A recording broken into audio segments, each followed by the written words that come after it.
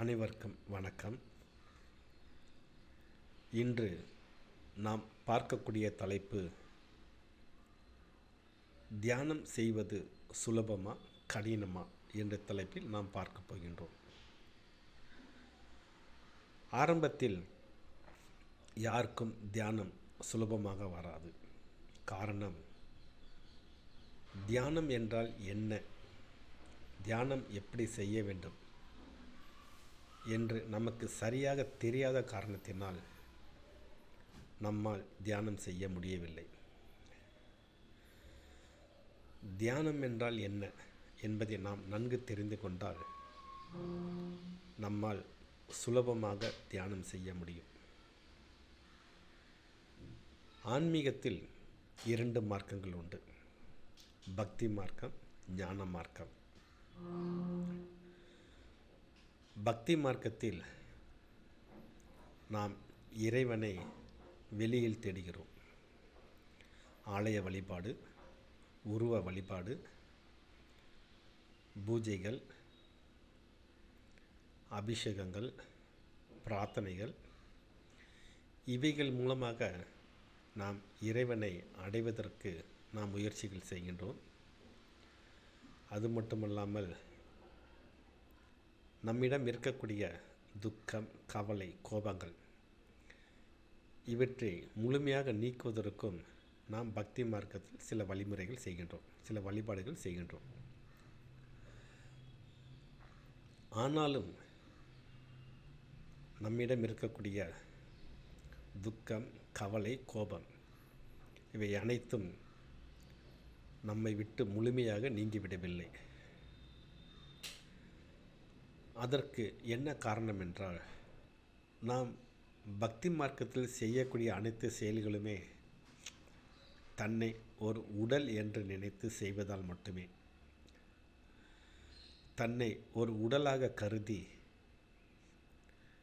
நாம் செய்யக்கூடிய எந்த செயலுமே நமக்கு முழு பலனை தராது.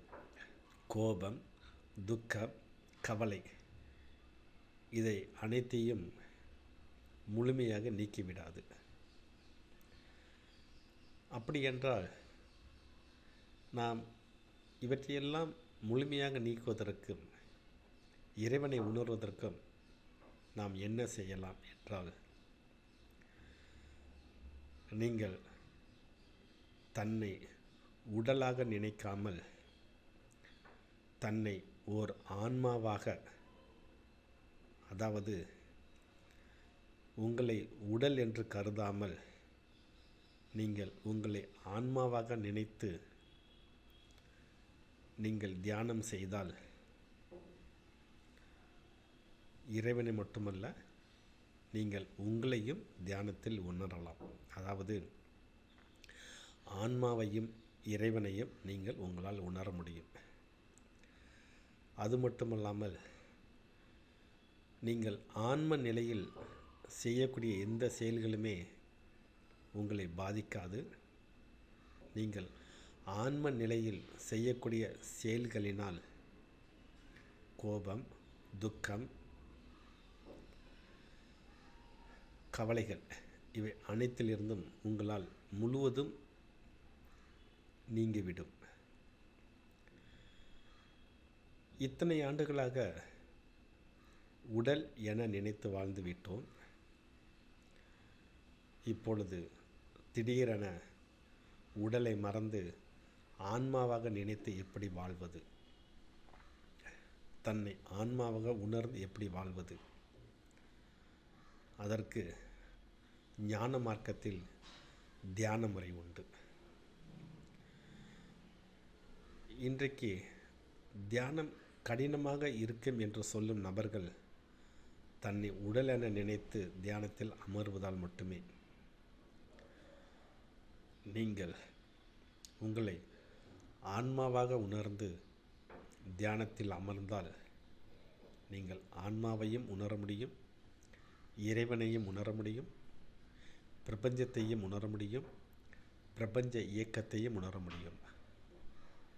அது மட்டுமல்லாமல் நீங்கள் செய்யக்கூடிய அனைத்து செயல்களுமே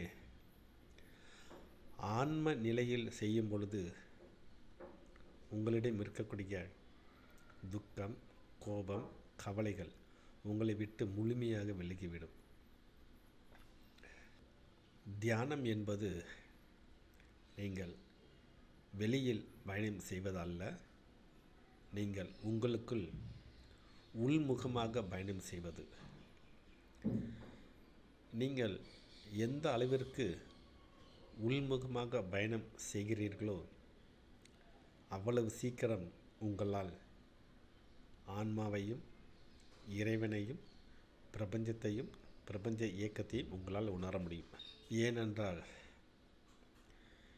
இந்த அழியக்கூடிய உடல் மூலமாக செய்யக்கூடிய எந்த செயலுமே நமக்கு முழு பலனை தராது, முழு வெற்றியை தராது, முழுமையாக நம்மில் இருக்கக்கூடிய துக்கங்களை தீர்க்காது.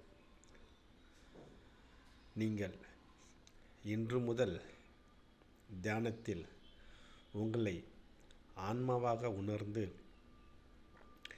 நீங்கள் உள்முகமாக பயணம் செய்ய செய்ய நீங்கள் அனைத்தையும் உணரலாம். அனைத்து விஷயங்களிலிருந்தும் நீங்கள் விடுபடலாம். இது எப்படி சாத்தியம் என்றால், அன்றைக்கு சித்தர்களும் முனிவர்களும் ஞானிகளும் தன்னை உடல் என மறந்து தன்னை ஆன்மாவாக நினைத்து தியானம் செய்ததால் அவர்கள் சித்தரானார்கள், முனிவரானார்கள், ஞானிகளானார்கள். அதனால்தான் இன்றும் நாம் அவர்களை தெய்வீக தன்மையாக பார்க்கின்றோம். இதற்கு நாம் நிறைய உதாரணங்கள் கேள்விப்பட்டிருக்கின்றோம்.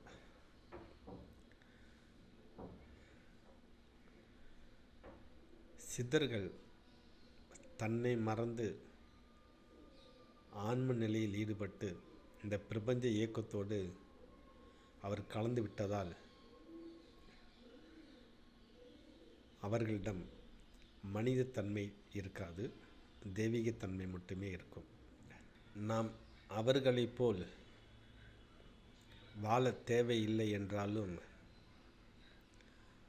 நாம் வாழக்கூடிய இந்த லௌகீக வாழ்க்கையில் துக்கம், கவலை, கோபம் இவற்றிலிருந்து விடுபட்டு ஓர் அமைதியான வாழ்க்கையை வாழ்வதற்கு நாம் அவசியம் தியானம் செய்வோம். லௌகீக வாழ்க்கையில் பற்றற்று வாழ்வதற்கு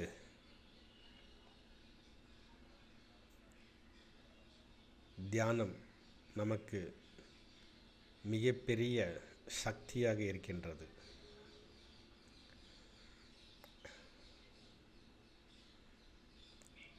என்னோட அனுபவத்தில்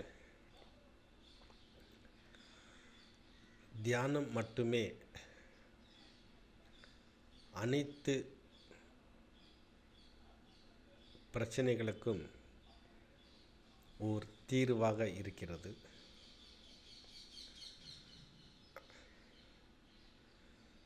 நாம் இன்று முதல் ஆன்ம நிலையில் தியானம் செய்து ஆன்ம நிலையில் செயல்கள் செய்து நாமும் அனைத்து துக்கத்திலிருந்து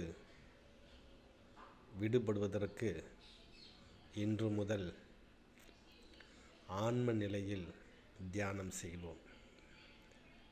உங்களுக்கு தியானத்தை பற்றிய ஏதேனும் சந்தேகம் இருந்தால்